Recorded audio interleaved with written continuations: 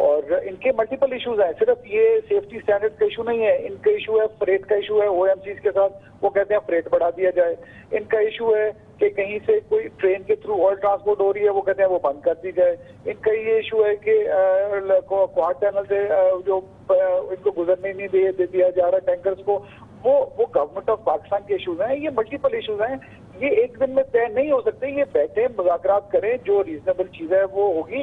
لیکن میرا یہ خیال ہے کہ ان کو خود بھی ریئلائز کرنا چاہیے کہ یہ غلط ڈائریکشن پہ جا رہے ہیں, اور شاید چند ایک آدھ کوئی آئل مارکیٹنگ کمپنی بھی ہے جو شاید اس میں وہ اس کو. اچھا غزنوی صاحب یہ بتائیے گا کہ میں یہ سمجھنے کی کوشش کر رہا ہوں کہ آپ یہ آئل ٹینکرز ایسوسی ایشن سے ڈائریکٹ کیوں بات چیت کر رہے ہیں؟ آپ آئل مارکیٹنگ کمپنیز کو کیوں نہیں پابند اور ذمہ دار قرار دیتے؟ ان سے کیوں نہیں اس کی کمپلائنس مانگتے ہیں؟ براہ راست آپ ان کو اس کا پابند بنائیں نا, جن کے یہ کام کر رہے ہیں.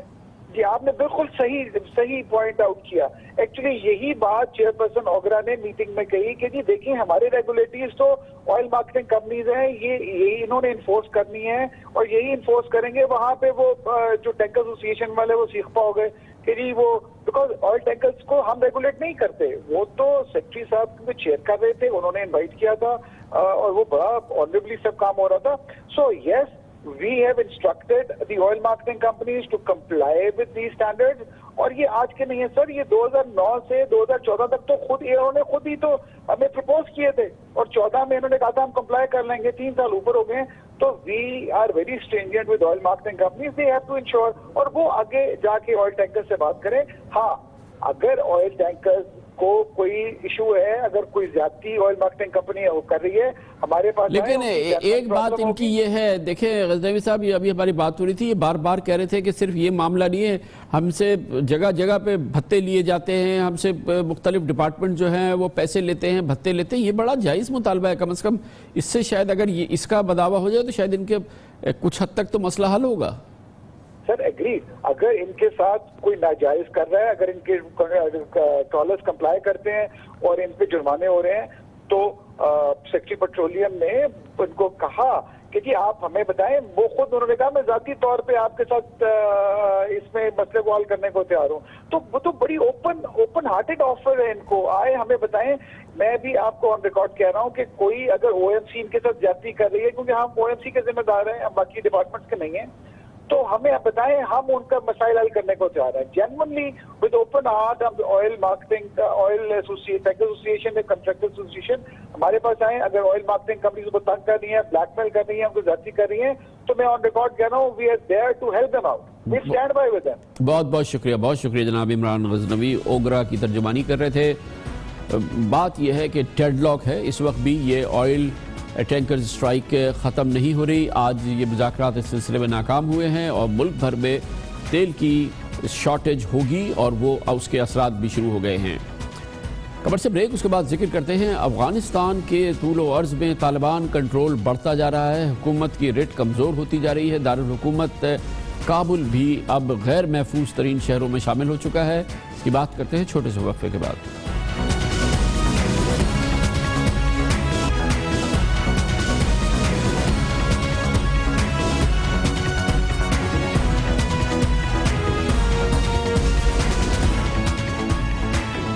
افغانستان کے طول و عرض میں امریکہ اور افغان حکومت کی طالبان کو قابو کرنے کی کوششیں بری طرح سے ناکام ہو رہی ہیں, اور اب افغان دارالحکومت کابل میں بھی افغان حکومت کی عملداری جو ہے بہت تیزی سے ختم ہو رہی ہے. کابل میں کل ہی سرکاری ملازمین کی بس پر ایک اور خودکش حملہ ہوا, جس میں 30 افراد ہلاک ہوئے, درجنوں زخمی ہو گئے. 1.5 ماہ میں کابل میں ہی صدارتی محل, اس سے پہلے جو حملہ ہوا تھا وہ صدارتی محل کے قریب ہوا تھا 1.5 ماہ قبل, جب 90 لوگ ہلاک و 300 زخمی ہو گئے تھے اس خودکش حملے میں. اقوام متحدہ کے اعداد و شمار کے مطابق افغانستان میں اس سال کی پہلی سہ ماہی کے دوران مختلف حملوں میں 1662 افراد ہلاک ہو چکے ہیں, جن میں 20% لوگ یعنی لگ بھگ 340 افراد ایسے ہیں جو کابل میں مارے گئے. لانگ وار جرنل نے 1.5 ماہ قبل ایک رپورٹ میں بتایا تھا کہ افغانستان کے 40% حصے پر طالبان جبکہ 10% حصے پر دیگر دہشت گرد گروپوں کا قبضہ ہے. کل نیو یارک ٹائمز نے کہا کہ طالبان انتہائی تیزی سے افغانستان پر اپنا کنٹرول بڑھاتے جا رہے ہیں. اخبار کا کہنا ہے کہ طالبان نے اتوار کو افغانستان کے مزید 2 اضلاع پر قبضہ کر کے سرکاری فورسز کو مار بھگایا. صوبہ فاریاب کے ضلع کوہستان اور صوبہ غور کے ضلع تائیوارہ پر اتوار کی رات کو قبضہ کر لیا گیا۔ طالبان کے حملوں میں دونوں صوبوں میں فورسز کے اہلکار بڑی تعداد میں ہلاک ہوئے ہیں اور یہ صورتحال افغانستان کے مختلف اضلاع میں پھیلتی چلی جا رہی ہے۔ اس پوری صورتحال میں بات کرتے ہیں اور اس کے لیے ہمارے ساتھ موجود ہیں افغان امور کے ممتاز سینئر صحافی جناب سمیع یوسف زئی۔ بہت بہت شکریہ۔ سبھی بتائیے گا کہ مسلسل خبریں آ رہی ہیں کہ افغانستان میں طالبان کا جو قبضے کا علاقہ ہے وہ بڑھتا جا رہا ہے، افغان حکومت کی جو رٹ ہے اس کا علاقہ جو ہے وہ کمزور ہوتا جا رہا ہے۔ اب کتنے اس سے پہ آپ سمجھتے ہیں کہ فرم کنٹرول ہے افغانستان کے پورے ملک پہ افغان حکومت کا؟ اس میں کوئی حق نہیں ہے کہ طالبان مضبوط ہو رہی ہے، شاید 60% کے افغانستان کے مجموعی زمین پر اس کا ریٹ نہیں ہے، لیکن جب ہم ریٹ کی بات کرتے ہیں وہ ایسا نہیں ہے کہ وہاں پر ایک دور افتادہ علاقہ ہے، وہاں پر افغان پولیس طالبان کے خلاف لڑائی بھی کرے، ان کو 2-3 کمروں کے ڈسٹرکٹ پر کنٹرول کے لیے ساری قربانیاں بھی دے، لیکن اس وقت جو بنیادی جو چیلنج ہے طالبان کے لیے وہ 2014 کے بعد جب سے امریکن افواج اور نیٹو افواج افغانستان سے نکل چکے ہیں، ان کا یہ خیال تھا کہ وہ بہت جلدی افغانستان کی بڑی بڑی صوبوں پہ قبضہ کریں گے، لیکن افغان فورسز کے ریزسٹنس کی وجہ سے باوجود کہ ان کے بہت زیادہ نقصانات بھی ہو رہی ہے، طالبان ابھی تک کوئی بہت بڑی بریک تھرو کرنے میں ناکام رہے۔ ٹھیک ہے وہ علاقوں پر قبضہ ہے، لیکن ابھی تک وہ کابل کی طرف یا افغان حکومت کو گرانے کی طرف کوئی بہت ہی افضل ان کے لیے خبر نہیں ہے۔ یہ بات آپ کی صحیح ہے، مگر یہ بھی اپنی جگہ بات ہے نا کہ کابل بھی ان دہشت گرد حملوں کی وجہ سے کمزور سے کمزور تر ہو رہا ہے، وہاں پہ بھی حکومتی ریٹ بڑی تیزی سے چیلنج ہو رہی ہے اور وہ کم سے کم ہو رہی ہے۔ کابل بھی اب اس طرح سے سیف سٹی تو کسی صورت پہ بھی نہیں ہے۔ دیکھیں پینیٹریشن کی بات تو ٹھیک ہے، وہاں پر حملے بھی ہوتے رہی ہے اور جس طرح میں نے کہہ دیا کہ کابل میں اٹیک کرنا اب طالبان کے لیے کوئی ناممکن چیز نہیں ہے، لیکن اس حملوں کے بعد وہ کیا حاصل کر سکتے ہیں ملیٹریلی یا کابل کو وہ قبضے میں لے سکتے ہیں، وہ نہیں ہو رہی ہے۔ جس طرح آپ کو پتہ ہے 2007 اور 2006 میں اسلام آباد کے اندر بھی بہت بڑے بڑے حملے ہو رہے تھے، لیکن اس کا خدا نخواستہ یہ مطلب نہیں ہے کہ یا وہ طالبان کابل پر قبضہ کرے یا TTP والے اسلام آباد پہ قبضہ کرتے ہیں، لیکن یہ چونکہ گوریلا لڑائی ہے، اس میں بام بلاسٹ بھی ہو سکتے ہیں، اس میں کابل کے اندر بھی اٹیک ہو سکتے ہیں، لیکن کوئی ایسا صورتحال نہیں ہے کہ اسے ایک حکومت کو گرا دیا جائے یا ایک ایسا صورتحال سامنے آ جائے کہ ایک پورا سسٹم لپیٹ میں لے۔ صاحب یہ اس وقت ہو رہا ہے، یہ سچویشن ہے جب امریکہ میں اس خطے کے حوالے سے نئی پالیسی بن رہی ہے اور کہتے ہیں کہ بالکل آخری سٹیج پر ہے۔ اشرف غنی کی ان کی حکومت کی اب توقعات کیا ہیں؟ اب امریکہ سے چاہتے کیا ہے افغان حکومت اور وہاں کی حکومت، افغان حکومت اور وہاں کے جو سربراہ ہیں؟ میرے خیال میں اس وقت افغان حکومت بھی تھوڑا سی پریشان ہے، اس لیے کہ امریکہ کی جو نئی پریزیڈنٹ ہے، جو نئی حکومت ہے، ان کی پالیسی اور افغانستان کے بابت ان کے ملٹری جو اسٹریٹجی ہے ان کی خد و خال ابھی تک واضح نہیں ہے۔ افغانستان کی حکومت اور اشرف غنی صاحب یہ توقع کر رہے کہ پریزیڈنٹ ٹرمپ افغانستان میں مزید ٹروپس بھجوا دیں گے تاکہ افغان حکومت افغان فورسز کے لیے وہ کارآمد ہو، لیکن مجھے لگتا ہے کہ امریکہ تھوڑا بہت افواج بھی بھجوائیں گے اور اس کے علاوہ جو افغان سیکورٹی فورسز کی جو اور افغان حکومت کی جو فائنانشل سپورٹ ہے ان کو بھی جاری رکھیں گے۔ اس کی کئی وجوہات ہے، پریزیڈنٹ اور حکومت تھوڑا سا ہچکچا رہی ہے کہ کیا ایک ایسا لڑائی ہے جس کے لیے ان کے لیے کچھ کارآمد ہے کہ نہیں، لیکن جو ملٹری ہے امریکہ کا ان کا مسلسل پریزیڈنٹ کو یہی ایڈوائسز ہے کہ ہم افغانستان نہیں چھوڑ سکتے، اگر افغانستان چھوڑ دے ٹھیک ہے، طالبان اس وقت ایک عالمی تھریٹ نہیں ہے امریکہ کے لیے نہیں ہے، لیکن وہاں پر داعش اور القاعدہ دوبارہ آ سکتے ہیں، تو اسی بنا پر میرے خیال میں چونکہ یہاں پر داعش کے جو سینٹرل مڈل ایسٹ میں جو ان کی مسلسل ناکامی کا سامنا ہے، اس کا ایک ڈر ہے کہ شاید وہ افغانستان کی طرف آ جائے اور پاکستان اور افغانستان کی قبائلی منطقے کی طرف ان کے لیڈرشپ آ جائے، یا ان کے جو بچے جو لوگ ہیں ISIS کی یا داعش کی جو سیریا اور عراق میں لڑ رہی ہے وہاں پر مسلسل ان پر پریشر بڑھ رہے ہیں، اگر وہ یہاں پر آ جائے تو پھر امریکہ کے لیے دوبارہ انٹروین اور فوجی بھیجنا پڑے گا۔ بہت بہت شکریہ سمیع سبزی ہمارے ساتھ ہے. کمرشل بریک اور اس کے بعد ذکر کرتے ہیں. چین اور بھارت کے درمیان سرحدی امور کے حوالے سے سرد جنگ ہمیشہ رہی ہے، لیکن اس سرد جنگ میں اب کافی گرمی نظر آ رہی ہے. چین کی افواج براہ راست بھارت کو یاد دلا رہی ہے کہ چینی افواج کو نہ للکارے ورنہ اس کے سنگین نتائج ہوں گے. اور اس کے علاوہ بھی بہت ہی سیریس باتیں ہیں جو کہ سامنے آئی ہیں چینی افواج کی جانب سے، سیکیورٹی فورسز کی جانب سے. یہ آپ کو بتائیں گے چھوٹے سے وقفے کے بعد.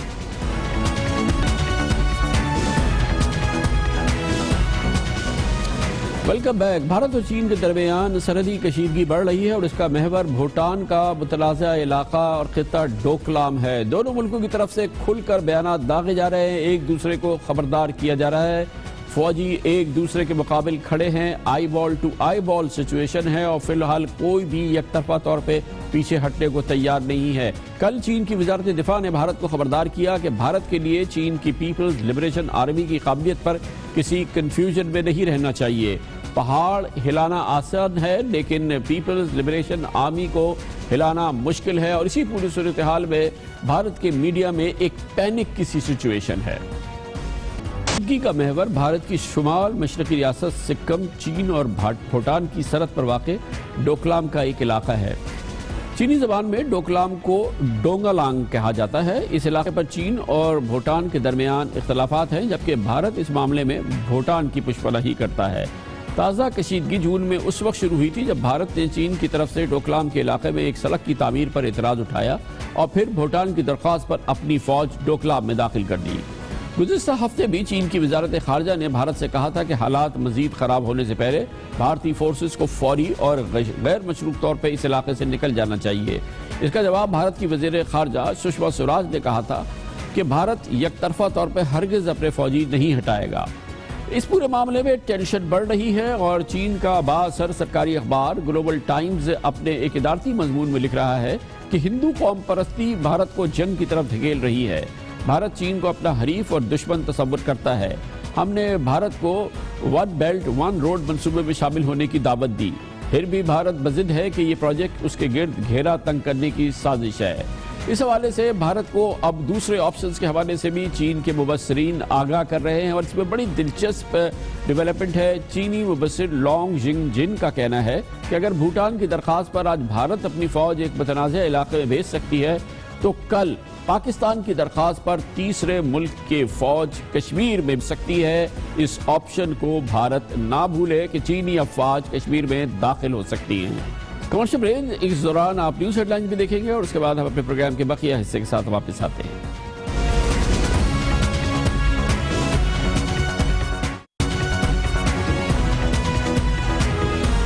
آپ دیکھ رہے ہیں خبروں، تبصروں اور تجزیات پر مبنی پاکستان کا سب سے معتبر نیوز شو دنیا، کامران خان کے ساتھ.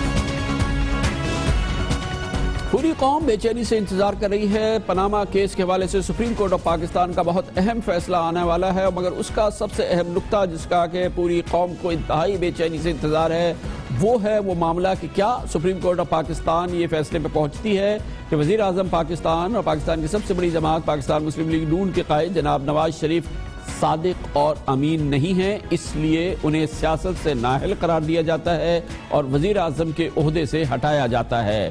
گویا کہ صادق اور امین کا ہونا اس بات کا تعین کرے گا کہ وزیر اعظم نواز شریف اپنے عہدے پہ رہتے ہیں یا چلے جاتے ہیں، اور اس لحاظ سے یہ تاریخی لمحہ ہے پاکستان کی عدالتی تاریخ کا بھی. مگر دلچسپ بات یہ ہے کہ آئین کی شق 62 اور 63 کی صادق اور امین ہونے کی یہ چھری صرف جناب نواز شریف کے سر پر نہیں لٹک رہی، بلکہ یہی بالکل معاملہ ہے کہ پاکستان کی سب سے مؤثر حزب اختلاف کی جماعت پاکستان تحریک انصاف کے سربراہ جناب عمران خان کے حوالے سے بھی، اور یہی معاملہ سپریم کورٹ آف پاکستان میں ہے جہاں پر چیلنج کیا گیا ہے اور کہا گیا ہے کہ دراصل عمران خان بھی صادق اور امین نہیں ہے اور اس کا بھی فیصلہ آنا ہے سپریم کورٹ آف پاکستان میں. گویا کہ صادق اور امین کا تعین ہونا ہے پاکستان کی سیاست کی دو سب سے بڑی شخصیات کے حوالے سے، اور دیکھنا یہ ہے کہ اس کا کیا فیصلہ آتا ہے، کیونکہ ماہرین کہتے ہیں کہ پاکستان میں جمہوریت اور سیاست کے مستقبل پر اس فیصلے کے بہت اثرات ہوں گے کیونکہ بات یہاں رکے گی نہیں. پاکستان تحریک انصاف کا کہنا یہ ہے کہ اس کے جو لیڈر ہیں جناب عمران خان وہ صادق اور امین ثابت ہو جائیں گے، کیونکہ انہوں نے اپنے مالی امور کے حوالے سے منی ٹریل دے دی ہے۔ لندن کا فلیٹ ہو، بنی گالہ کی ان کی رہائش گاہ ہو، یا ان کی وہ آمدنی ہو جو ان کی لندن میں ہوئی ہے۔ پاکستان تحریک انصاف کا کہنا یہ ہے، اور کل بھی ان کا میڈیا سیل بار بار یہ کہتا رہا کہ ہم نے پوری منی ٹریل دے دی ہے، لیکن جو عدالتی کارروائی ہو رہی ہے جہاں پہ دراصل فیصلہ ہونا ہے وہاں پہ صورتحال اتنی مکمل نظر نہیں آ رہی، اور ایسا نہیں لگتا کہ سپریم کورٹ آف پاکستان کی تسلی ہو گئی ہے، تمام دستاویزی ثبوت دے دیا گیا ہے۔ آج کی سماعت کے دوران جناب نعیم بخاری نے دلائل دیے کہ عمران خان کے لندن فلیٹ اور بنی گالہ میں زمین کی خریداری کی تمام منی ٹریل آ چکی ہے۔ سسیکس کاؤنٹی سے تنخواہ بھی عمران خان کے اکاؤنٹ میں آتی تھی، صرف ووسٹر شائر سے عمران خان کو ملنے والے پیسوں کا ریکارڈ نہیں مل رہا۔ اس موقع پہ جسٹس عمر عطا بندیال نے بڑے اہم بات کی ہے اور بڑے اہم ریمارکس دیے ہیں، جس سے لگ رہا ہے کہ دستاویزی ثبوت پورا نہیں ہے۔ جناب جسٹس عمر عطا بندیال نے ریمارکس دیے کہ بینک ریکارڈ میں سسیکس کی صرف مئی اور اگست کی 2 ادائیگیوں کا ذکر ہے۔ بینک ریکارڈ سے ظاہر نہیں ہوتا کہ عمران خان کو ہر ماہ تنخواہ ملتی تھی، گویا کہ ایک جانب جناب نعیم بخاری کہہ رہے ہیں کہ ووسٹر شائر کاؤنٹی میں عمران خان کے کھیلنے کا فائنینشیل ریکارڈ نہیں مل رہا ہے، دوسری جانب جسٹس عمر عطا بندیال کہہ رہے ہیں کہ سسیکس کاؤنٹی میں بھی صرف مئی اور اگست کا ریکارڈ مل رہا ہے، گویا کہ یہاں پہ بہت زیادہ گیپ ہے۔ لیکن پاکستان تحریک انصاف کا اس کے ترجمان فواد چودھری کا اصرار یہ ہے کہ ہم نے تمام دستاویزات حوالے کر دی ہیں اور اب کہیں پہ کوئی گیپ نہیں ہے۔ 1977 سے 1988 تک سسیکس کی طرف سے کھیلے۔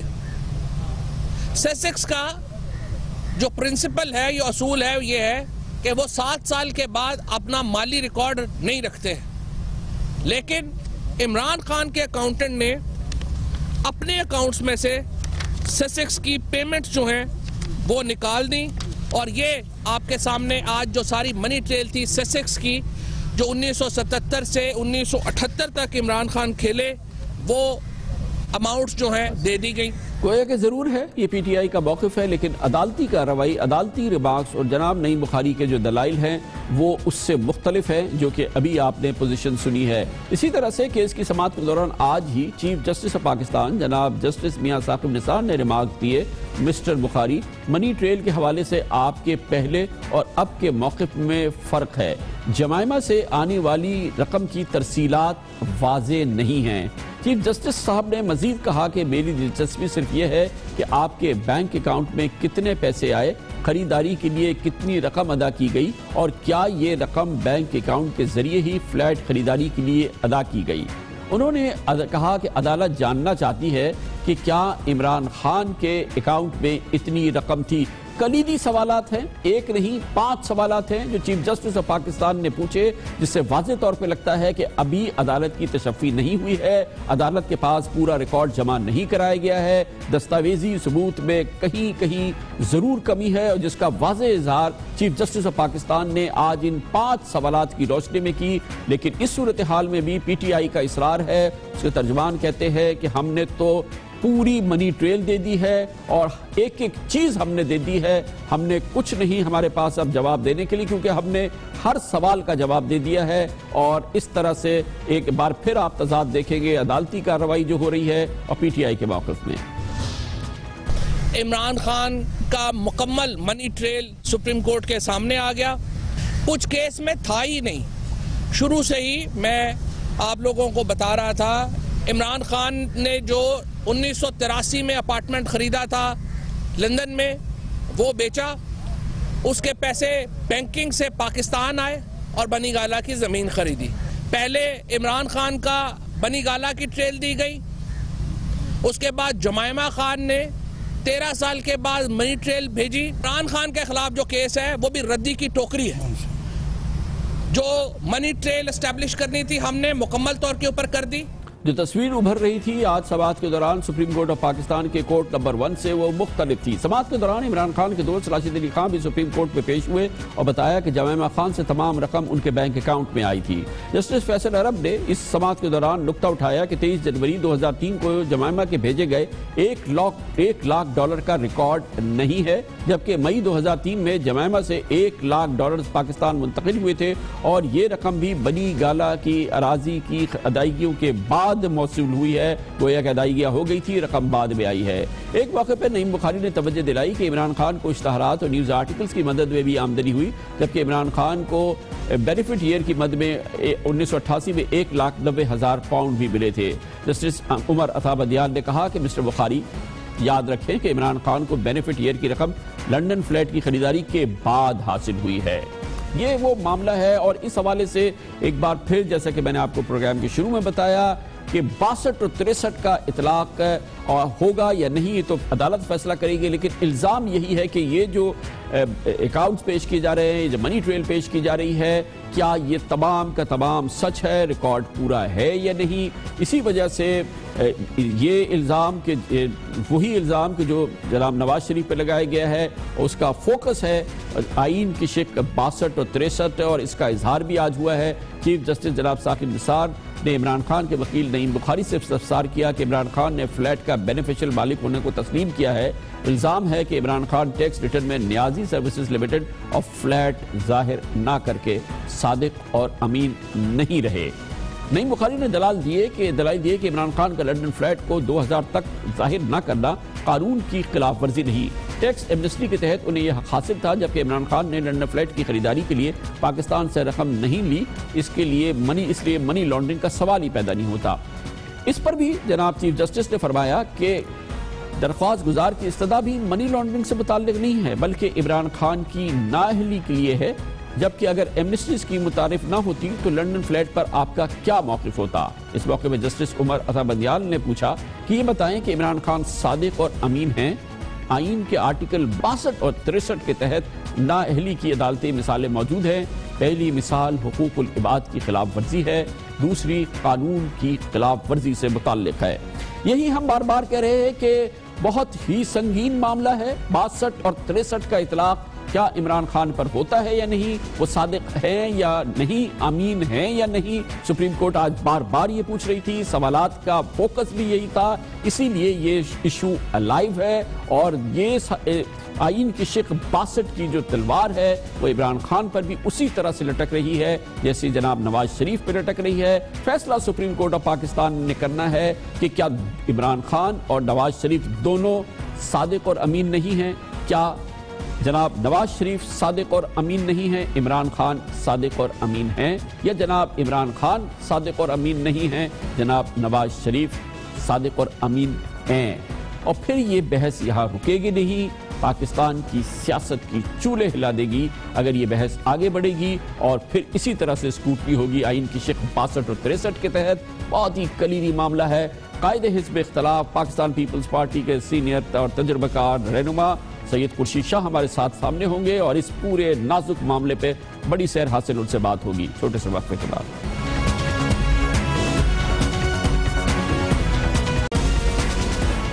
Welcome back. وقفے سے قبل ہم آپ کو تفصیل سے بتا رہے تھے سپریم کورٹ آف پاکستان میں آج عمران خان کے خلاف جو کیس ہے اس کی جو سماعت ہوئی اس میں جو ریمارکس سامنے آئے، مختصراً ہم یہ کہہ سکتے ہیں کہ یہ معاملہ سنگین ہے اور ہر صورت میں ذرا سی چوک، دستاویزی چوک عمران خان کے لیے انہی نتائج کا باعث بن سکتی ہے جو کہ وزیر اعظم جناب نواز شریف کے لیے ہو سکتے ہیں۔ معاملہ انتہائی سیریس ہے اور اس کا احوال ابھی آپ نے دیکھا، آج جو سوال جواب ہوئے کورٹ میں اس سے بھی لگتا ہے کہ ذرا سی بھی چوک ہوئی اور بات ہاتھ سے نکل جائے گی۔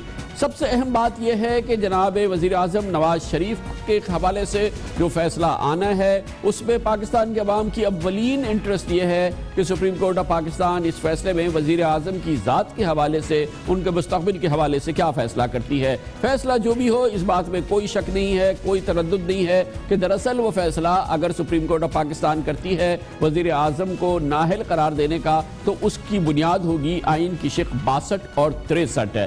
62 اور 63 یہ آئین کی وہ اتنی کلیدی شق ہے کہ جس پہ اگر وزیر اعظم پاکستان کو پہلی بار اپنے عہدے سے پاکستان کی تاریخ میں نکالا جاتا ہے، ان کو فارغ کیا جاتا ہے، تو پھر ماہرین یہ کہتے ہیں کہ اس 62-63 کا اطلاق صرف وزیر اعظم کی ذات پر نہیں ہوگا، یہ معاملہ پھیلے گا، تمام سیاستدانوں تک پھیلے گا، پارلیمنٹ کے تمام ممبران تک پھیل سکتا ہے، خود سپریم کورٹ آف پاکستان اپنے فیصلے میں یہ بات کر سکتی ہے۔ اس لیے 62-63 کی تلوار فی الحال تو وزیر اعظم نواز شریف کے سر پر لٹک رہی ہے، مگر اس کے ساتھ ساتھ 62-63 کی استدعا ہے جو مسلم لیگ نون نے کی ہے، اور اس کیس میں جو اس وقت سپریم کورٹ آف پاکستان میں سامنے ہے کہ عمران خان کو بھی صادق اور امین نہ ہونے پہ سیاست سے نااہل قرار دیا جائے۔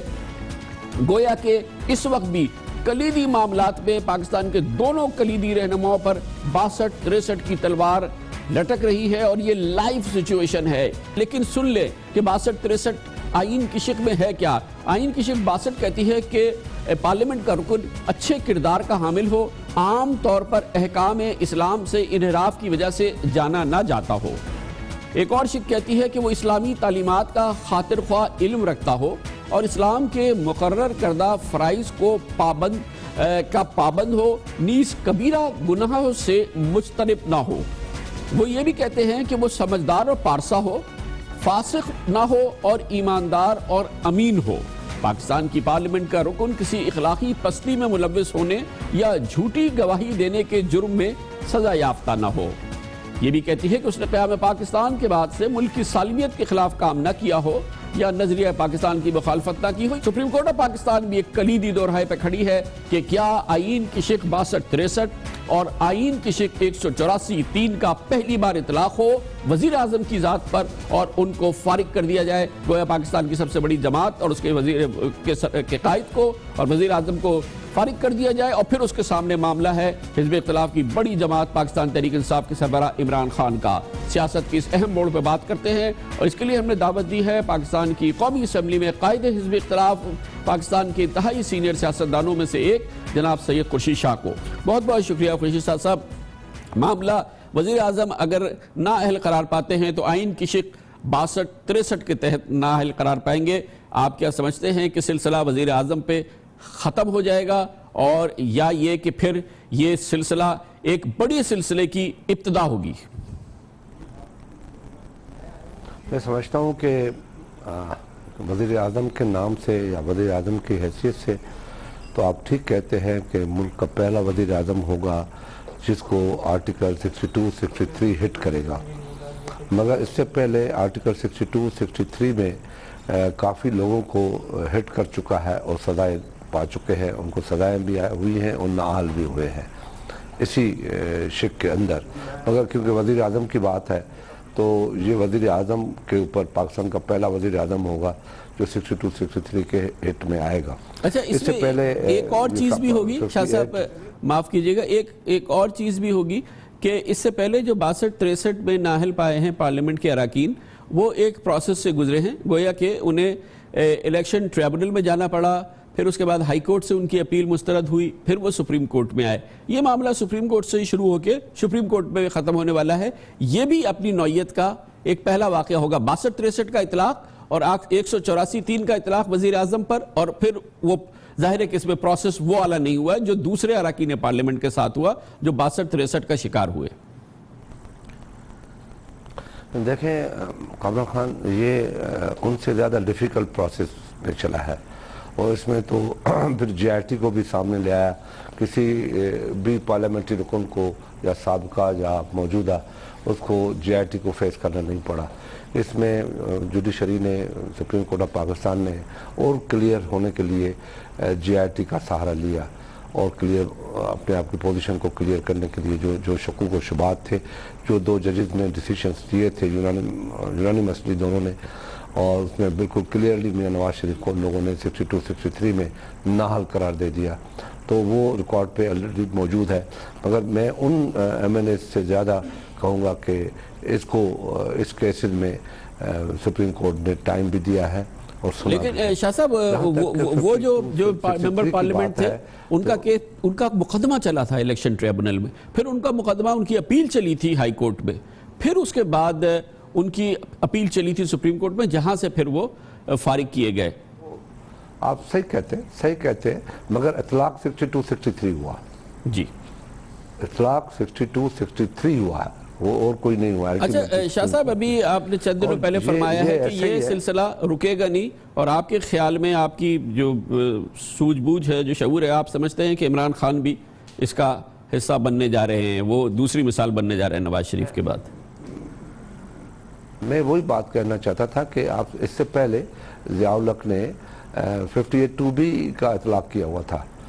جو بھی آپ کو علم ہوگا کہ پاکستان پیپلز پارٹی نے 18ویں ترمیم میں آ کے اس کو ختم کیا, اور اس کے بعد آپ کو یہ بھی علم ہوگا انفارچونیٹلی ابھی لوگ اپنے لیے سوچتے ہیں اور وہ سمجھتے ہیں کہ شاید 62-63 پیپلز پارٹی کے لیے تلوار ہو اور ان کے اوپر لٹکتی رہے. تو جب ہم نے 18ویں ترمیم کر رہے تھے تو اس میں ہم نے یہ کہا تھا کہ 62-63 کو ختم کیا جائے. یہ اس ملک میں اس طریقے سے اس قسم کی بات یہ کبھی بھی ہٹ کر سکتی ہے, ایک دوسرا 58(2) بھی بن سکتا ہے. مگر اس وقت سب سے زیادہ جو مخالفت کی تھی وہ مسلم لیگ نون اور مولانا فضل الرحمان نے کی تھی کہ یہ بالکل ختم نہ کیا جائے, اور ہم اس میں کبھی سپورٹ نہیں کریں گے. اور نیچرلی ان کے پاس تقریباً 92 کے قریب ووٹ تھے اور ہمیں 2/3 میجارٹی چاہیے تھی. وہ ہماری 2/3 میجارٹی نہیں بن سکتی تھی, اس لیے آئین میں وہ ترمیم میں بڑی گنجائش ہوتی. اس میں ان کو بیلنس کرنے کے لیے ہمیں بہت کچھ بھی کرنا پڑا, وہ بھی کیا. مگر ابھی بات یہ ہے کہ آخر یہ کیوں اس طریقے سے بات اٹھتی ہے, پھر پارلیمنٹ کے اندر آتی ہے اور پھر ہم ایک نئے طرف چل پڑتے ہیں. ہمارے آپ کامران خان صاحب, آپ یقیناً ایک منجے ہوئے ایک اینکر بھی ہیں, وہ صحافی بھی رہے ہیں, آپ کو اس چیزوں کا علم ہے. پیپلز پارٹی کی میں تعریف نہیں کر رہا اپنی, مگر جب ہم اقتدار میں آئے تھے تو ہماری پلیٹ میں پرویز مشرف بھی بیٹھا ہوا تھا, اریسٹ کیے ہوئے جج صاحبان بھی تھے, اور عدلیہ بالکل ختم ہو چکی تھی. ہمارے یہاں پہ طالبان بھی آ چکے تھے. یہ ہماری پلیٹ میں سجے ہوئے پڑے ہوئے تھے, مگر ہم نے اس پلیٹ میں آہستہ آہستہ سب کو ہٹا کے ایک طرف چل پڑے اور آئین کو بھی ٹھیک کیا. سب کو ہم نے ان میاں صاحب والوں کو 2013 میں پلیٹ کے اندر صاف ستھری پلیٹ کر کے دی تھی. ایک پرائم منسٹر تھا, وہ آنریبلی چلا گیا, اور ایک بہترین قسم کی ٹرانزیشن ہو گئی. First time the history of Pakistan. President تھا, وہ بڑے آرام کے ساتھ چلا گیا, ٹرانزیشن دی. مگر یہ 14 مہینے 16 مہینے میں خود اپنی بیوقوفیوں سے, غلطیوں سے, یہ پھر ایک سوال یہ جو آپ نے ریکارڈ پیش کیا ہے یقینی طور پہ یہ obviously نہ صرف درست ہے بلکہ بہت ہی ظاہر کریڈٹ کی بات ہے. یہ پیپلز پارٹی کے دور میں جیسے ٹرانسفر آف پاور ہوا, اور پھر جو آپ نے تمام باتیں بتائیں کہ پیپلز پارٹی نے جو انہیرٹ کی تھے پرابلمز, وہ پھر ختم کر کے دیا. لیکن اس وقت جس دوراہے پہ ہم کھڑے ہیں شاہ صاحب, اس میں ایک جانب 62-63 پہ وزیر اعظم جناب نواز شریف کے خلاف فیصلہ آنے والا ہے, اور اسی 62-63 پہ عمران خان کے خلاف بھی فیصلہ آنے والا ہے. دونوں پہ یہی شقیں عائد ہوتی ہیں.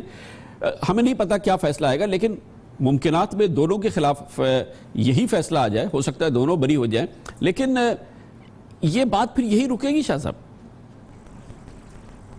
دیکھیں کامران خان, دونوں نے اپنے پاؤں پہ کلاڑی ماری ہے. عمران خان نے بھی 62-63 کا سہارا لیا ہے, اور نواز شریف کی پارٹی نے بھی 62-63 کا سہارا لے کے عمران کو ہٹ کیا ہے. تو یہ دونوں 62-63 کو مان رہے ہیں کہ ٹھیک ہے. اب دونوں پارٹیاں جب 62-63 پہ ایگری ہو گئی ہیں کہ یہ ٹھیک ہے, تو پھر عدلیہ کو تو وہی فیصلہ کرنا پڑے گا. اچھا, اور یہ شروعات ہو جائے گی, اور پھر کوئی نہیں, طلاب میں سارے آپ کو جو مثال دی جاتی ہے وہ ہوتے. اچھا شاہ صاحب, یہ جو معاملہ شروع ہوگا اور یہ 62-63 میں, آپ یہ بتائیے کہ یہ اس وقت کیس جو ہے یہ پاکستان کی جو حکمراں جماعت ہے اور ایک حزب اختلاف کی سب سے بڑی جماعتیں, دونوں کے سربراہوں کے خلاف ہے, ایک دوسرے کے فریق ہیں. شکایات اور الزامات بالکل سیم ہیں. آف شور کمپنی, لنڈن کے فلیٹ, 80-90 کی دہائی کے ٹرانزیکشنز, الزامات 62-63 سب کچھ سیم ہے, اور پولیٹیکل جنگ ہے دونوں جماعتوں کی سنگین ترین. اس معاملے میں کیا آپ کو امکان نظر آتا ہے کہ ظاہر ہے کہ انصاف کی بنیاد پر فیصلہ کرے گی سپریم کورٹ کہ ایک کو بری کر دے اور ایک کو سزا دے دے؟ یہ مطلب ہو تو سکتا ہے obviously، لیکن اس کے بھی اثرات ہوں گے۔ میں نے کہا ابھی میں نے یہی گزارش کی کہ دونوں 62-63 پہ ایگری ہیں کہ ہاں یہ فیصلہ اس کے ایسا ہی ہونا چاہیے، تو جب وہ ایگری ہیں دونوں تو فیصلہ تو یہی ہوگا دونوں کے اوپر۔ اور یہ بات میں ابھی نہیں کہہ رہا، میں نے یہ بات آج سے 1-1.5 مہینہ پہلے کہی تھی، آپ کو یاد ہوگا کہ نواز شریف جائے گا تو عمران بھی اسی شکوں میں جائے گا، یہ میری ریکارڈ پہ بات ہے اور میں یہ بارہا ہر وقت کہتا ہوں۔ اور یہ پچ لیے خود عمران اور نواز شریف نے دونوں نے یہ پچ سلیکشن کی ہے۔ لیکن شاہ صاحب مثال کے طور پہ نواز شریف صاحب جاتے ہیں، امکان یہ ظاہر ہو رہا ہے کہ اگر وہ جائیں گے کہ ان سے کہا جائے گا کہ صادق امین نہیں ہے، دیکھیں آپ نے یہ دبئی کا اقامہ رکھا تھا، اس کو آپ نے ڈسکلوز نہیں کیا تھا۔ شاہ صاحب دبئی کے اقامے میں تو پھر بہت سارے لوگ چلے جائیں گے، وہ تو آپ کی پارٹی میں بھی چلے جائیں گے، دوسری پارٹی میں بھی چلے جائیں گے، بس یہ معاملہ اتنا سے معاملے میں دبئی کا اقامہ تو بہت لوگوں کے پاس ہے اور جن لوگوں نے ڈکلیئر کیا ہے، میں نے آج ایک اسٹیٹمنٹ دی ہے، میں نے کہا اقامہ رکھنا کوئی جرم نہیں ہے، مگر اقامے کا ڈکلیئر کرنا، وہ نہ ڈکلیئر کرنا جرم ہے، یہ بات وہ نہیں ہے۔ مگر جو تنخواہ اقامے کے اوپر ملازمت کرتے ہیں، وہ تنخواہ جو بھی ملتی ہے وہ تنخواہ آپ ڈکلیئر کرتے ہیں یا نہیں کرتے ہیں، یہ جرم ہے۔ لیکن مگر میری نظر میں اقامہ شاہ صاحب یہ بالکل صحیح اور آپ کا بہت ہی سٹرونگ پوائنٹ ہے۔ کامران خان صاحب یہ جو میں کہتا ہوں کہ یہ جو 62-63 ہے وہ اقامے والا مسئلہ بڑا کم ہے، وہ تو ویسے 0.001% کنسیڈریشن میں آئے گا۔ 62-63 تو دونوں کا الگ الگ صورت میں آتا ہے۔ سر اس میں تو یہ بھی ہے، اس میں تو بھی ہے، آف شور بھی ہے، اور فلیٹس بھی ہے، قطر کا خط بھی ہے، بہت ساری چیزیں، انڈسٹری فیکٹریز بھی ہیں، گلف فیکٹریز ہیں، یہ چیزیں ہیں۔ مگر وہ 62-63 جو ہے 62-63 جو ہے وہ یہ بھی ہے نا کہ کسی اخلاقی پستی میں ملوث نہ ہو، وہ سمجھدار اور پارسا ہو، وہ اسلامی تعلیمات کا خاطر خواہ علم رکھتا ہو، وہ اچھے کردار کا حامل ہو۔ سر 62 کی ایک شک میں تو نہیں نکالیں گے نا، وزیر اعظم کو نکالنے جا رہے ہیں، حزب اختلاف کے اتنے بڑے لیڈر کو، عمران خان کو پر یہ الزام لگایا ہے۔ میں وہی کہہ رہا ہوں کہ ایک کھودا جائے گا تو جتنا کھدائی کی جائے گی اتنا کچرے سے بدبو آتی ہے۔ ابھی جب یہ اس پہ جائیں گے تو 62-63 وہ جو کردار کا مابین ہو، اچھا ہو، بہتر ہو، کوئی سزا نہ لگے، یہ تو ہم ایسی طرف چل پڑیں گے نا، اور پڑھیں گے بھی، ایسی بات نہیں ہے کہ کیسز آ جائیں گے باہر سے، پھر دوسرے کیسز بنیں گے جو ریکارڈ کے کیسز ہیں، پھر وہ کردار کی بات آ جائے گی، وہ بھی لگ جائے گا، تو وہ آف شور بھی لگ جائے گا، بہت سی چیزیں، ایک پینڈورا باکس کھلنے والا ہے۔ اور کیا اثرات ہوں جمہوریت پہ، پاکستان کی سیاست پہ؟ صاف ستھری ہو جائے گی، ڈرائی کلین ہو جائے گی، پھر ہم ایک نئے دور کا آغاز کریں گے؟ میں نہیں سمجھتا کہ ان چیزوں سے ڈیموکریسی صاف ستھری ہو جائے گی۔ میں یہ سمجھتا ہوں کہ ہم اور الجھ جائیں گے، ہم اور پھنس جائیں گے، ہم اور ہمارے سامنے پریشانی آئیں گی۔ اس لیے میں ہر وقت نواز شریف سے یہی گزارش کرتا رہا ہوں کہ میاں صاحب ایک وقت ہے، آپ آنریبلی، ہم نے بھی تو یہ کر کے دکھایا، آنریبلی آپ اسٹیپ ڈاؤن ہو جائیں، اپنی پارٹی سے بندے لے آئیں، اس کو وزیر اعظم بنائیں، اور جو ہمارے الیکشن ریفارمز ہیں وہ بھی کر لیں، سینٹ بھی آپ کے سامنے ہے وہ بھی کر لیں، یہ سسٹم چل پڑے، یہ کہیں ڈی ریل نہ ہو جائے۔ جو کوشش اگر جو ہماری دونوں بڑی پارٹیاں، یہ جو اس وقت ہے، جو پیپلز پارٹی اس وقت سارا بیٹھ کے دیکھ رہی ہے، ہم تو ان ساری چیزوں سے 70 سے لے کے آج تک ہمیں 50 سال ہو گئے نزدیک میں، ہم یہ سارے کھیل بطور آپ کے ہم دیکھتے ہیں۔ 30 سال سے تو میں پارلیمنٹ کے اندر ہوں، کوئی شک نہیں، بہت دیکھا ہے۔ مگر شاہ صاحب یہ فرمائیے گا کہ مثال کے طور پہ یہ فیصلہ آ جاتا ہے وزیر اعظم صاحب نااہل ہو جائیں، یہ تو ظاہر ہے کہ آپ کے علم ہے کہ وزیر اعظم نواز شریف سن 2000 میں اس وقت کی احتساب عدالت کے ہاتھوں نااہل ہو چکے تھے، 21 سال کے لیے ان کو سیاست سے نااہل قرار دیا تھا، ان پہ طیارہ اغوا کرنے کا کیس چلا تھا اور 2 بار ان کو عمر قید کی سزا دی گئی تھی۔ اس کے بعد جو کچھ ہوا وہ آپ کے سامنے ہے۔ پھر وہی سپریم کورٹ نے ان معاملات کو ساروں کو ایک طرف پھینکا،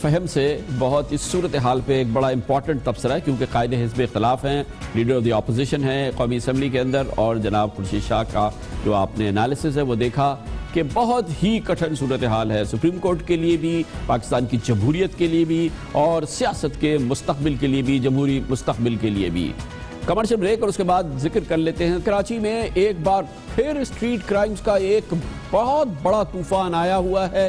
گلی گلی سڑک سڑک کراچی والے لٹ رہے ہیں، گولیاں بھی ماری جا رہی ہیں اور پولیس کہیں نظر نہیں آ رہی ہے۔ بحرانی صورتحال ہے، اس کی بات کرتے ہیں چھوٹے سے وقفے کے بعد۔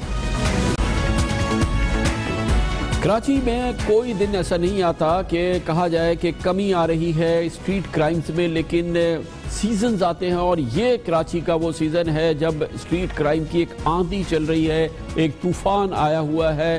چپے چپے سے خبریں آ رہی ہیں اسٹریٹ کرائمز کے حوالے سے، اور ہر کراچی والا جانتا ہے کسی نہ کسی کو کہ جس کے حالیہ دنوں میں اس کے ساتھ کوئی واردات ہوئی ہے۔ اس میں نہ خواتین کو بخشا جاتا ہے، نہ ایک عام شہری کو، نہ بزرگوں کو، نہ بچوں کو۔ نہ صرف یہ کہ موبائل فون چھینے جاتے ہیں، ان سے قیمتی اشیاء چھین لی جاتی ہیں، اور بندوق کی نوک پہ روزانہ سینکڑوں کراچی والوں کے ساتھ یہ ہو رہا ہے۔ اور یہ ماحول اس وقت اس نوعیت کا ہو گیا ہے کہ اب ریزسٹنس پہ گولیاں مار دینے کا عمل معمول کا عمل بن گیا ہے۔ نہ صرف یہ کہ اسٹریٹ کرائمز ہوتے ہیں، بلکہ رابریز کے واقعات جس میں بینک سے پیسہ نکلنے کے بعد جو کیریئر ہوتا ہے، جو پیسے لے کے جا رہا ہوتا ہے، اس کو فالو کیا جاتا ہے، اس کو لوٹ لیا جاتا ہے، جیولری کی دکان سے فالو کیا جاتا ہے، اسے لوٹ لیا جاتا ہے، اور اس قسم کے واقعات میں بہت شدت آ چکی ہے۔ اور یہ وہ معاملہ ہے جس نے کراچی کو ایک غیر محفوظ شہر بنایا ہے، اور اس کے شہریوں کو ایک عدم تحفظ کا احساس ان میں مسلسل بڑھتا جا رہا ہے۔ ایپیکس کمیٹی کے اجلاس ہوتے ہیں جس میں اعلیٰ ترین سطح پر فوجی اور سول حکام شریک ہوتے ہیں، اور اسٹریٹ کرائمز اس کا موضوع اول ہوتا ہے۔ کئی بار ہم نے آپ کو بتایا کہ ایپیکس کمیٹی کے اجلاس میں فیصلے ہوئے کیمرے لگانے کے حوالے سے، اقدامات کرنے کے حوالے سے، سافٹ ویئر بنانے کے حوالے سے، مگر گراؤنڈ کی سچویشن پہ کوئی عمل نظر نہیں آتا، اور اسی وجہ سے اسٹریٹ کرمنلز کی تعداد ملٹیپلائی ہوتی جا رہی ہے، اور شہریوں میں عدم تحفظ بے پناہ بڑھتا جا رہا ہے۔ اس پوری صورتحال کے حوالے سے ایک خیال ہے، دیکھتے ہیں کہ شاید کراچی میں پولیس متحرک ہو، کوئی ایکٹیویٹی نظر آئے۔ سندھ کے وزیر اعلیٰ سید مراد علی شاہ نے سندھ کے محکمے میں، پولیس کے محکمے میں بڑی تبدیلیاں کی ہیں، جس میں ایک بڑی اہم تبدیلی یہ ہے کہ کراچی پولیس کے نئے سربراہ کا تقرر ہوا ہے۔ جناب غلام قادر تھیبو ایڈیشنل آئی جی ہوں گے، اور اس حیثیت سے وہ کراچی پولیس کے سربراہ بھی ہوں گے۔ اس سے پہلے بھی وہی ذمہ داریاں انجام دے چکے ہیں۔ اس وقت ہمارے پروگرام میں جناب غلام قادر تھیبو موجود ہیں۔ بہت بہت شکریہ تھیبو صاحب، آپ نے ہمیں جوائن کیا ہے۔ اتنی آپ کی یہ نئی ذمہ داری، ایک بار پھر آپ کو یہ ذمہ داری ملی ہے، کتنی تشویش ہے آپ کو اس وقت جو اسٹریٹ کرائمز کی سچویشن ہے پورے کراچی میں؟ جی تھینک یو کامران صاحب، یہ تھرڈ دفعہ مجھے یہ ذمہ داری ملی ہے، اور مجھے بہت احساس ہے کہ جو اسٹریٹ کرائم کے حوالے سے یا جو ٹیررزم کے حوالے سے، ایکچولی جب 2013 میں آپریشن شروع ہوا، اس سے پہلے بھی میں تھا، اور ہم نے آپریشن اسٹارٹ کیا، اور اس کے بعد ماشاءاللہ رینجرز کے ساتھ، باقی اداروں کے ساتھ اور کراچی کی عوام کے ساتھ مل کے بڑا کامیاب آپریشن ہوا، اور بہت بہتری آئی ہے، اور ابھی یہ بھی الحمدللہ کافی بہتری ہے۔ لیکن یہ ریسنٹلی ایک ریسرچ آیا ہے، کوئی سرج آ رہا ہے کرائم میں، اور خاص طور پہ جو ہونا چاہیے اسٹریٹ کرائم کے حوالے سے جو ہے وہ کافی شکایت موجود ہے، اور پھر یہ ابھی ریسنٹلی کچھ ٹیررزم کے بھی کیسز ہوئے ہیں، تو اس میں ہمیں دوبارہ جو ہے اسی ولولے کے ساتھ، جوش کے ساتھ محنت کرنی پڑے گی، اور جو ہمارا ایک ایم تھا کہ جی ہم نے کراچی کو امن کا گہوارہ بنانا ہے، تو انشاءاللہ تعالیٰ اس کو امن کا گہوارہ بنائیں گے۔ تھیبو صاحب، اس میں دیکھیں، اس میں امپورٹنٹ چیز یہ ہے کہ کراچی کے لیے آپ کو چیف منسٹر کا پورا اعتماد بھی حاصل ہے، حکومت کا پورا اعتماد حاصل ہے۔ کئی کلیدی چیزیں ہیں جو ایپیکس کمیٹی کے اجلاس میں طے ہوتی ہیں، کیمراز کے حوالے سے، اور کئی ایسے معاملات ہیں، سافٹ ویئر بنانا کہ موبائل فونز کو جو چھینے جاتے ہیں ان کو جیم کیا جا سکے، اور بہت ساری چیزیں ہیں۔ آپ کے ذہن میں کچھ خاکہ ہے کہ ایز کوئک ایز پاسبل اس پہ کاؤنٹر ایکشن نظر آئے اسٹریٹ کرمنلز کے حوالے سے؟ ٹیررزم کے حوالے سے تو چلیں رینجرز بھی کام کر رہے ہیں، انٹیلیجنس ایجنسیز کام کر رہی ہیں، آپریشن رد الفساد چل رہا ہے، آپ کا بھی ظاہر بڑے امپورٹنٹ ذمہ داری ہے، لیکن یہ اسٹریٹ کرائم میں تو سب ہاتھ جھاڑ دیتے ہیں نا، یہ تو براہ راست آپ کی ذمہ داری ہے، اور ہر شہری اس میں جو ہے وہ عدم تحفظ کا شکار ہے یا ٹارگٹ ہو رہا ہے؟ کامران صاحب، اسٹریٹ کرائم، باقی کرائم بھی ہماری ذمہ داری ہے بے شک، لیکن اسٹریٹ کرائم سے زیادہ ہماری توجہ رہے گی۔ بات یہ ہے کہ اس میں تو کوئی شک نہیں ہے کیونکہ کراچی بہت بڑا شہر ہے اور کراچی میں جو نئی ٹیکنالوجی ہونی چاہیے یا جتنے کیمرہ ہونے چاہیے وہ نہیں ہیں۔ ابھی گورنمنٹ اس پہ پوری کوشش کر رہی ہے کہ جتنا جلدی ہو سکے کہ مختلف جگہوں پہ کیمراز لگیں، لیکن اب ظاہر ہے اٹ ول ٹیک ٹائم، تو ہم اس کا انتظار نہیں کریں گے اور ہم پرو ایکٹیو پولیسنگ کریں گے، اور جو ایسے پوائنٹس ہیں جہاں پہ زیادہ اسٹریٹ کرائم ہوتا ہے اس کو آئیڈینٹیفائی کریں گے سی پی ایل سی کے ساتھ مل کے۔ بہت بہت شکریہ جناب غلام قادر تھیبو۔ تیسری بار کراچی پولیس کی سربراہی ملی ہے جناب تھیبو کو، اور اس وقت سے ملی ہے جب کراچی میں اسٹریٹ کرائمز کا طوفان مچا ہوا ہے۔ خبر سے بریک، اس کے بعد ذکر کرتے ہیں پورے ملک میں بہرحال ایک دوسری صورتحال ہے۔ قانون نافذ کرنے والے اداروں پر حملے ہو رہے ہیں، کراچی میں بھی ہوئے ہیں، لاہور میں کل بہت بڑا خودکش حملہ ہوا ہے۔ یہ ہو کیا رہا ہے، اس کی بات کرتے ہیں چھوٹے سے وقفے کے بعد۔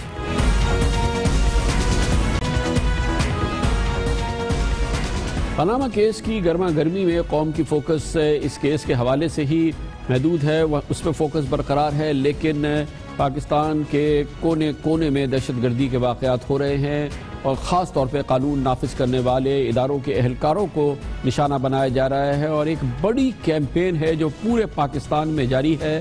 آپ نے شاید آپ کی نالج سے گزر رہی ہوں گی باتیں، کوئٹہ میں پولیس اہلکاروں پہ بڑے حملے ہوئے ہیں، چمن میں حملے ہوئے ہیں، کراچی میں پچھلے چند دنوں میں پولیس اہلکاروں پہ بڑے حملے ہوئے ہیں، پشاور میں ایک بڑے حملے میں پاکستانی فوج کے ایک میجر شہید ہوئے، کئی اور دوسرے حملے ہوئے ہیں جس میں سول آرم فورسز کے لوگ زخمی ہوئے ہیں، لیویز کے لوگ زخمی ہوئے ہیں، حملے ہوئے ہیں، لوگ ہلاکتیں ہوئی ہیں، اور پورے پاکستان میں یہ واقعات جاری تھے کہ کل لاہور کا واقعہ ہوا، خودکش حملے میں ایک بار پھر پولیس اہلکار نشانہ تھے، 26 لوگ کل ملا کے اس میں اپنی جان کی بازی ہارے اور اس میں 9 پولیس اہلکار شامل تھے۔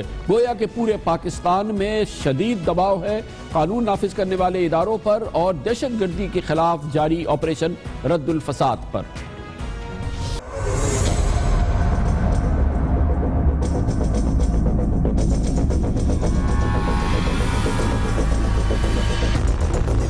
ملک کے سب سے بڑے شہر کراچی میں پولیس والے وقتاً فوقتاً ٹارگٹ کلنگ کا نشانہ بنتے رہتے ہیں۔ پیر کے روز ٹریفک پولیس کا ایک اہلکار شہید کیا گیا۔ پچھلے ہفتے کورنگی میں پولیس وین پر فائرنگ سے 3 اہلکار شہید ہو گئے۔ ماہ جون میں سائٹ کے علاقے میں 1 ASI اور 3 کانسٹیبلز ٹارگٹ کلنگ کا نشانہ بنے۔ لاہور کی بات کریں تو کل کے المناک واقعے سے قبل اپریل میں بیدیاں روڈ پر مردم شماری ٹیم پر حملے میں فوج کے 3 اور فضائیہ کا 1 اہلکار جاں بحق ہو گئے۔ فروری میں مال روڈ پر خودکش حملے میں DIG آپریشنز اور 7 پولیس اہلکاروں سمیت 14 افراد شہید ہوئے۔ بلوچستان کے دارالحکومت کوئٹہ میں 13 جولائی کو پولیس وین پر دہشت گردوں کے حملے میں ASP سمیت 4 پولیس اہلکار جاں بحق ہوئے۔ 10 جولائی کو چمن میں خودکش حملے میں ASP سمیت 3 افراد جاں بحق ہوئے۔ جون کے مہینے میں IG بلوچستان کے دفتر کے سامنے دھماکے میں 7 پولیس اہلکاروں سمیت 13 افراد جاں بحق ہوئے۔ مئی کے مہینے میں ہی جیل روڈ پر فائرنگ سے DSP عمر رحمان شہید ہوئے۔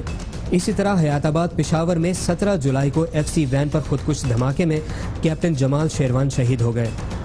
مئی میں کوہاٹ کے علاقے لاچی میں دہشت گردوں کے حملے میں 3 پولیس اہلکار شہید ہو گئے۔ اسی مہینے میں پشاور کے علاقے ارمڑ میں CTD وین پر حملے میں 3 پولیس اہلکار شہید ہوئے۔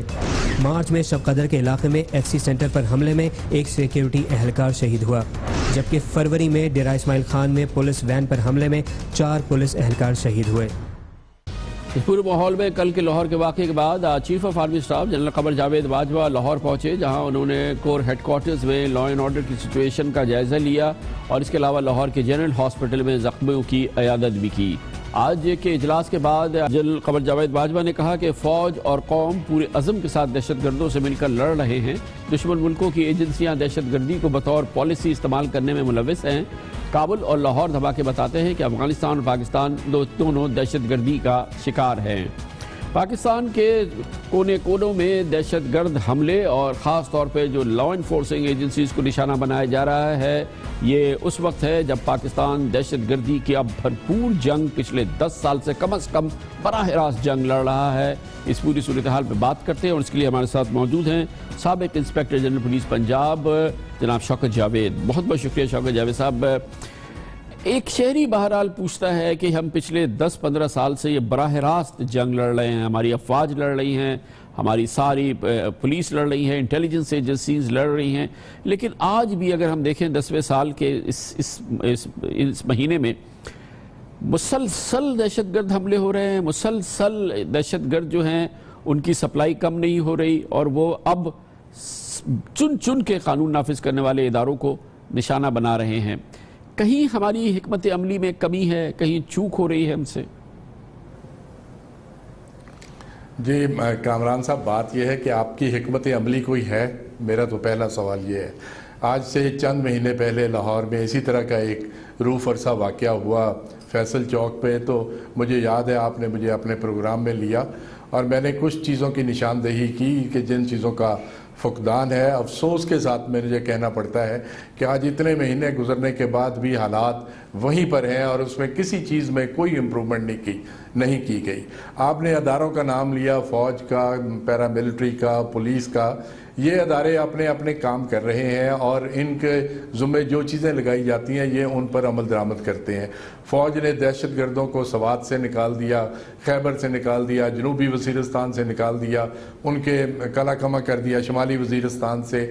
پیراملٹری نے نیشنلسٹ بلوچوں کے خلاف بہت مؤثر کارروائی کی، کراچی میں بہت مؤثر کارروائی کی، اور پولیس نے پورے پاکستان میں آپ کو بتاتا چلوں کہ دہشت گردی کے تمام واقعات کے 95% سے زیادہ کیسز کو نہ صرف ٹریس کیا، ان کے ملزمان کو پکڑا اور بہت ساروں کو سزائیں تک بھی دلوا دی، بہت سارے پولیس کے ساتھ مقابلوں میں مارے گئے۔ لیکن اس کے باوجود دہشت گردی کے واقعات کا ہوتے رہنا یہ چیز ثابت کرتا ہے کہ صرف ان ایکشنز کے ساتھ دہشت گردی کو کنٹرول میں نہیں لایا جائے گا جب تک کہ ایک جامع پالیسی نہ ہو، ایک حکمت عملی نہ ہو۔ گویا کہ یہ ہم اوپر سے کٹائی کر رہے ہیں لیکن پیداوار جاری ہے، جس کو ہمارے ہاں آج کل استعمال ہوتا ہے کہ دہشت گردوں کی نرسریاں کام کر رہی ہیں، ہم وہاں تک نہیں پہنچ پائے ہیں۔ جی دیکھنا یہی دیکھنا ہے کہ وہ نرسریاں کیوں بن رہی ہیں، ان کو کہاں سے فوڈر مہیا ہوتا ہے، کیوں لوگ ان کو جوائن کر رہے ہیں، کیوں ان کا بیانیہ جو ہے وہ ان کو اٹریکٹ کرتا ہے اپنی طرف۔ آپ نے ان چیزوں پر کام کرنا ہے۔ آپ نے 2014 میں ایک نیشنل انٹرنل سیکیورٹی پالیسی پہلی مرتبہ موجودہ حکومت نے دی، کسی نقطے پر آج تک کام نہیں کیا۔ پھر ایک روح فرسا واقعہ ہو گیا پشاور کا، اس کے بعد اسی میں سے 20 نکات نکالے، ان میں سے کسی نقطے پر خاطر خواہ کام نہیں ہوا جس طرح کے ہونا چاہیے تھا۔ آپ آج بھی پاکستان میں بے شمار علاقے ایسے ہیں جہاں پر پولیس کا اور عدلیہ کا کوئی عمل دخل نہیں ہے۔ فاٹا ہے، پاٹا ہے، فرنٹیئر ریجنز ہیں، بلوچستان کے بی ایریاز ہیں، پنجاب کا ٹرائبل ایریا ہے، یہ تمام وہ جگہیں ہیں جہاں جو کہ آماج گاہوں کا کام کرتی ہے دہشت گردوں کے لیے۔ آپ نے ان کے ریفارمز نہیں کیے، نہ اس طرف کو بڑھ رہے ہیں۔ پہلی مرتبہ اب کوئی فاٹا کے ریفارمز کی بات ابھی شروع ہوئی ہے، اور اسی طریقے سے آپ نے جو کوارڈینیشن کے لیے، انٹیلیجنس کوارڈینیشن کے لیے اور پورے آپریشنز کو کنٹرول کرنے کے لیے جوابی بیانیہ بنانے کے لیے ایک ادارہ بنایا تھا نیکٹا کے نام سے، اس کو ابھی تک فعال نہیں کیا۔ وہ ادارہ اپنی اصل جگہ پر ابھی تک اپنی جگہ نہیں بنا سکا۔ اس کو قانون کے مطابق وزیر اعظم کے آفس میں کام کرنا ہے، لیکن وہ وزارت داخلہ میں بیٹھا ہے، اور جب تک وہ وزارت داخلہ میں ہوگا آپ کی جو پریمیئر انٹیلیجنس ایجنسیز ہیں، انٹیلیجنس بیورو اور ISI، وہ اس کو رپورٹ نہیں کریں گی اس وقت تک، کیونکہ وہ ڈائریکٹ وزیر اعظم صاحب کو رپورٹ کرتی ہیں۔ تو یہ سارے مسائل ہیں۔ اس نیکٹا نے آپ کا جوابی بیانیہ تیار کرنا ہے، اس نیکٹا نے آپ کی کاؤنٹر ٹیررزم فورس تیار کرنی ہے، وہاں ایک انٹیلیجنس کوارڈینیشن ڈائریکٹریٹ بننا ہے، اس کی صرف 1/3 جو ویکینسیز ہیں وہ ابھی تک فل ہیں، ان کو فنڈز مہیا نہیں کیے جا رہے۔ بہت قابل آدمی آپ نے اس کا سربراہ لگا دیا ہے، لیکن اس کے پاس نہ فنڈز ہیں، نہ مین پاور ہے، نہ اس کے پاس وہ اختیارات ہیں، پہنچ ہے کہ وہ افسران بالا تک یا وزیر اعظم تک جا کر اپنی بات کر سکے۔ تو وزارت داخلہ کے سیکشن افسروں کے وہ متحد کام کرتا ہے اس وقت. بہت بہت شکریہ جناب شوکت جاوید، سابق انسپیکٹر جنرل پولیس پنجاب، ہمارے ساتھ تھے. اس کے ساتھ ہی ہمارے آج کے پروگرام کا اختتام ہوتا ہے. کل آپ سے پھر ملاقات ہوگی انشاءاللہ. کل تک کے لیے کامران خان کو اجازت. اللہ حافظ ناصر.